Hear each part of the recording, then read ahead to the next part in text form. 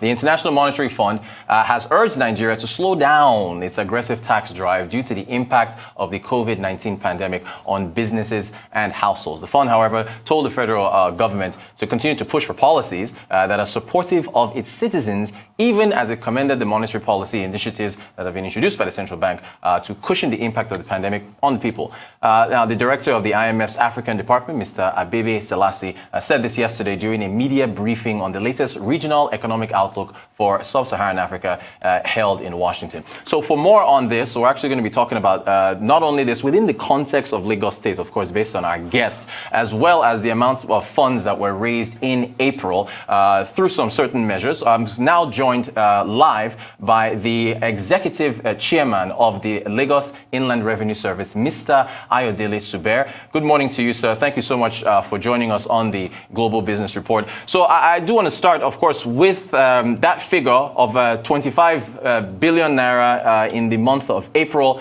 How you were able to raise that, sir? Good morning. Thanks for having me this morning, Rotus. Well, it's I must say it's been a bit of a feat that we have achieved, mainly due to the state and LIRS leveraging on technology. Primarily, we had launched a digital tax administration solution last year, precisely on the 1st of October.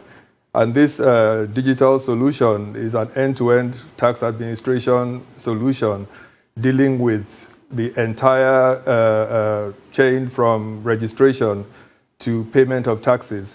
So with this digitization of the tax administration, when the pandemic outbreak, started in China, and experts started to predict that it would eventually land on our shores, Lagos State got very prepared. LIRS, an extension of Lagos State, also started preparing for this pandemic. And the key to our achievement has been our ability to deploy electronic channels with which to administer taxes. So we got set sometime in March, and what we did was to develop a business continuity plan. And the plan largely rested on our channels, such as the e-tax solution I spoke about, our contact center were the two primary things, and of course, maintenance of our data center. So with those channels in place, we were able to reach out to all the taxpayers. They were able to communicate with us. We continued to advocate to them and let them know that we were still open for business, and they could actually still carry out all their tax obligations through the web. So our e-tax solution, for instance, allows taxpayers to register. It allows them to print out self-assessment forms, and as well as register online. They can make their payments online. We have various payment platforms through which they could have made payments. So with this, we were able to harness the whole tax revenue generating mechanism, which at the end of the day was good for the agency and for the state as a whole, as we were able to maintain fairly a reasonable amount of revenue month to month.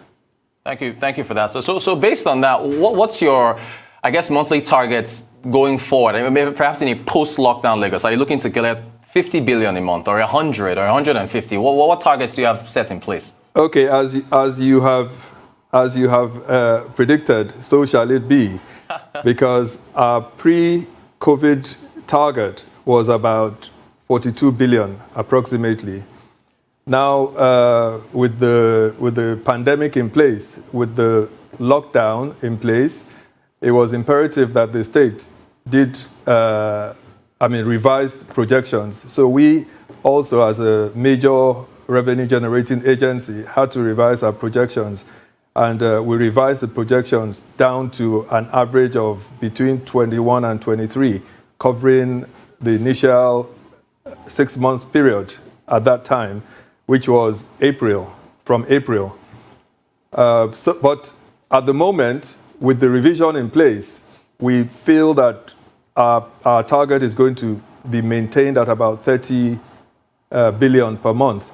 This, of course, is subject to the review by the Lagos State House of Assembly.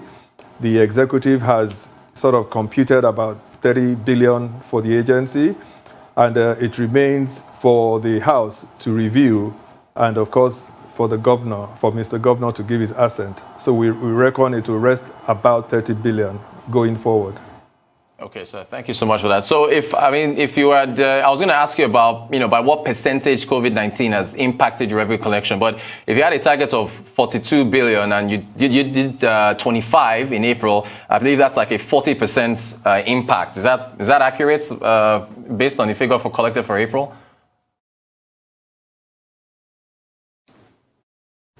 Well, I will not say that the drop is going to be 40%.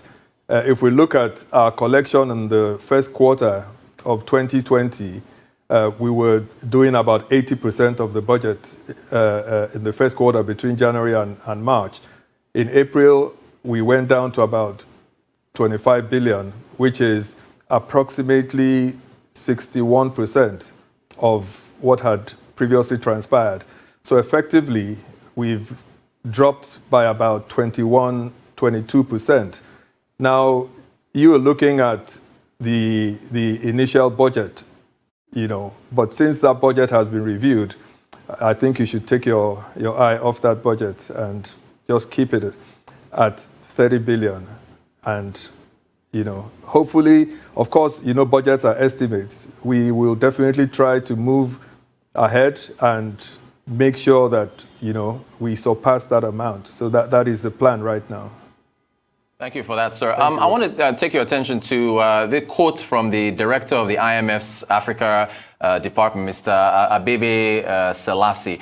He said this is not the time. Now, of course, I do have to make the caveat that he's referring to Nigeria, not Lagos. But I just want to get your own response within the context of Lagos State. But he said this is not the time to be aggressively introducing new tax measures. But there's a long-standing challenge on the fiscal side of needing to have sufficient resources generated by the government from non-oil sources to provide investments in health, education, and infrastructure. So again, sir, this is referring to Nigeria, but in your position as a tax collector, how do you balance things between the issues the COVID-19 is causing and your mandates, as the lead tax officer in Lagos State to collect taxes? How do you balance that with this comment from the IMF's Director of Africa Department?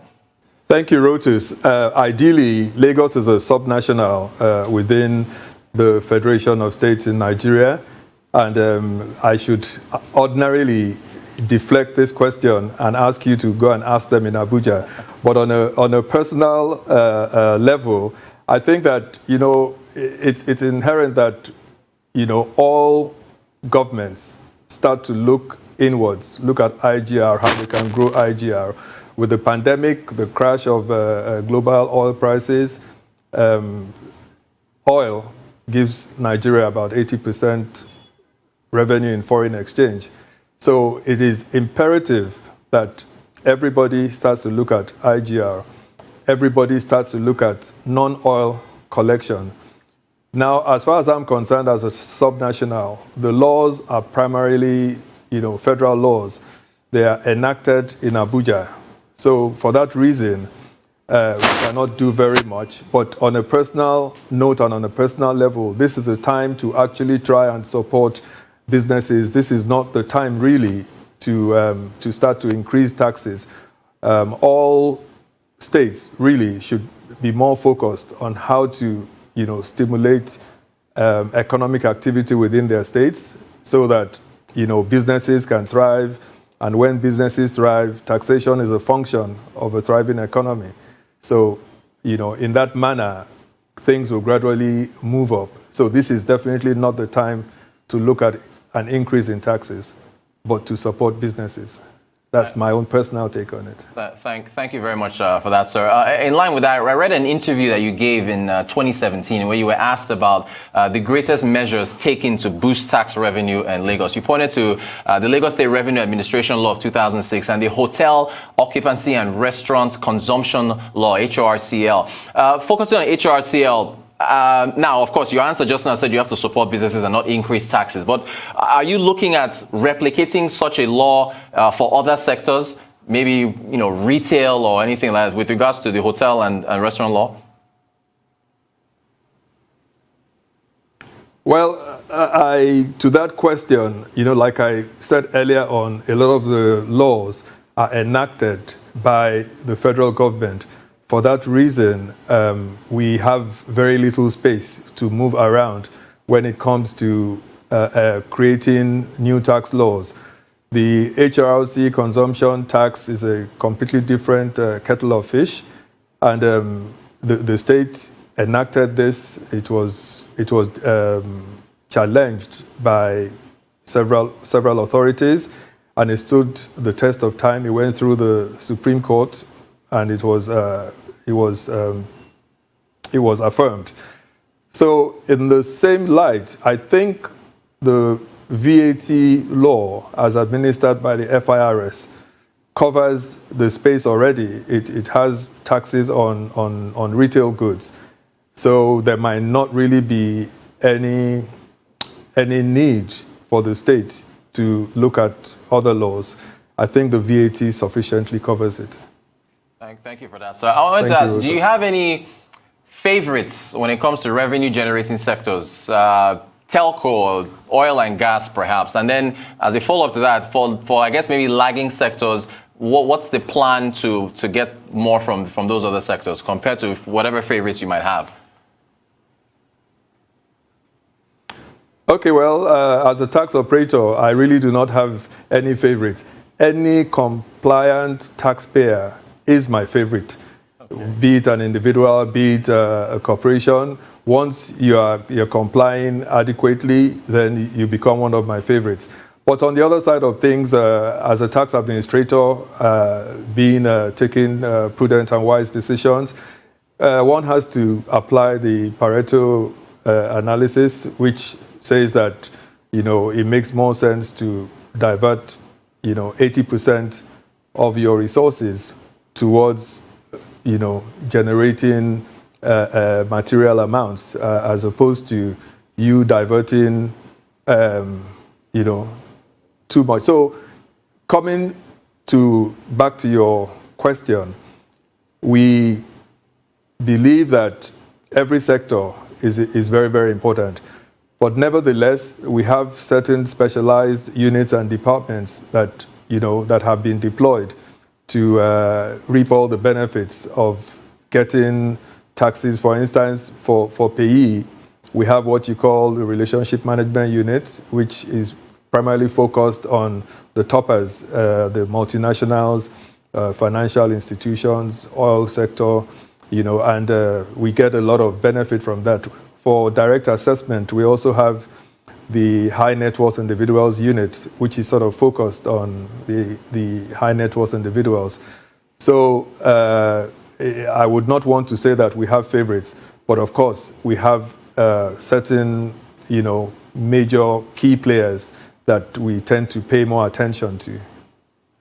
Thank you so much for that, sir. I believe we only got about a minute or so left. I wanted to ask you finally, in line with the recession that's been projected for the nation, and I guess the struggles in raising income, what's your plan? What's your outlook with how you plan to tackle that, looking out for the second half of this year? Well, we know that recession is in already. But we are not daunted. We feel that we can still make the best of the bad situation. All we have to do is, continue with the advocacy, continue to leverage on technology. That helps us with things like enumeration, proper accounting, focus. Through our contact centers, we're able to reach taxpayers. They interact with us. They are able to ask all the questions. All the help they need, we give it to them. So So in the long run, we feel that, once COVID is contained, we will be able to deploy more resources and, reach out to more taxpayers who are presently, lying on the low right now. So we're not undaunted. Once the tax rates are not increased and the level of compliance is steady, we feel that we will still be able to mobilize resources domestically, as in Lagos State, for the much needed revenue that is required. Lagos is a huge place when it comes to, infrastructural needs. There's a huge infrastructural gap, so it is imperative that, we continue to generate good revenues so that our number one governor in the nation, Governor Babajide Sanwo-Olu, is able to deliver on the dividends of democracy.